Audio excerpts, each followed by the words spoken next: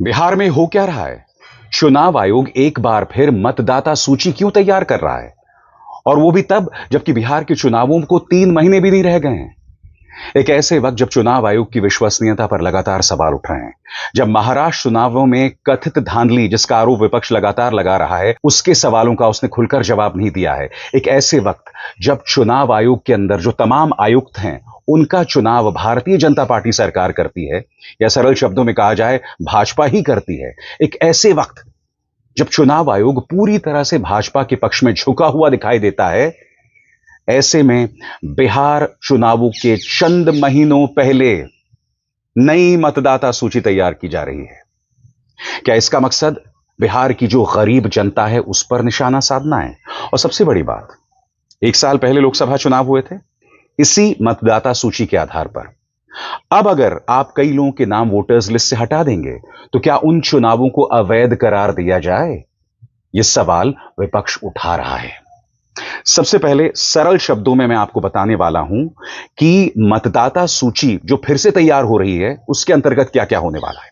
आप ये स्क्रीन पर प्रक्रिया के तहत वोटर से नागरिकता का प्रमाण मांगा जा रहा है।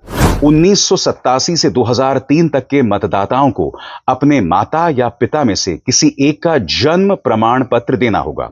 इसी तरह 2003 के बाद के मतदाताओं को मां और पिता दोनों के जन्म एवं मृत्यु दोनों के प्रमाण पत्र देने होंगे, और जो नहीं दे सकेंगे वे वोट नहीं डाल पाएंगे। जाहिर सी बात है, इससे बड़ी संख्या में गरीब, दलित, पिछड़े और माइनॉरिटीज वोट देने से वंचित हो जाएंगे। मोटे तौर पर यही वो मतदाता वर्ग है जो विपक्षी दलों के साथ है, यानी कि यह प्रक्रिया विपक्षी दलों को ज्यादा नुकसान पहुंचा सकती है। और सबसे बड़ी बात, चुनाव आयोग जब भी कोई प्रक्रिया करता है तो उसे विपक्ष को विश्वास में लेना चाहिए।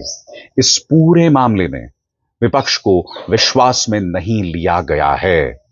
स्वाभाविक सी बात है, विपक्ष इसको लेकर उग्र है। तेजस्वी यादव हमलावर हैं। तेजस्वी और कांग्रेस ने मिलकर प्रेस कॉन्फ्रेंस किया है और चुनाव आयोग की नीयत पर सवाल उठाया है। मैं चाहूंगा कि आप सुने तेजस्वी यादव क्या कह रहे हैं। सबसे पहले सुनिए तेजस्वी यादव क्या कह रहे हैं कि ये सब अचानक से क्यों। देखिए, अचानक से ये कदम उठाया गया है। पहले ये इलेक्शन कमीशन के शेड्यूल में नहीं था और इतना बड़ा कदम उठाया गया है, हमको याद भी नहीं है कि आखिरी बार इतना बड़ा कदम कब उठाया गया। और ये फिर से फ्रेश वोटर लिस्ट ये जो है बनाएंगे केवल मात्र 25 दिनों के अंदर। ये इम्पॉसिबल है। 8 करोड़ लोगों का आप डोर टू डोर कैसे जाओगे? आप डॉक्यूमेंट्स ऐसे मांगे जा रहे हैं जो गरीबों के पास है ही नहीं। और सबसे पहली बात, ये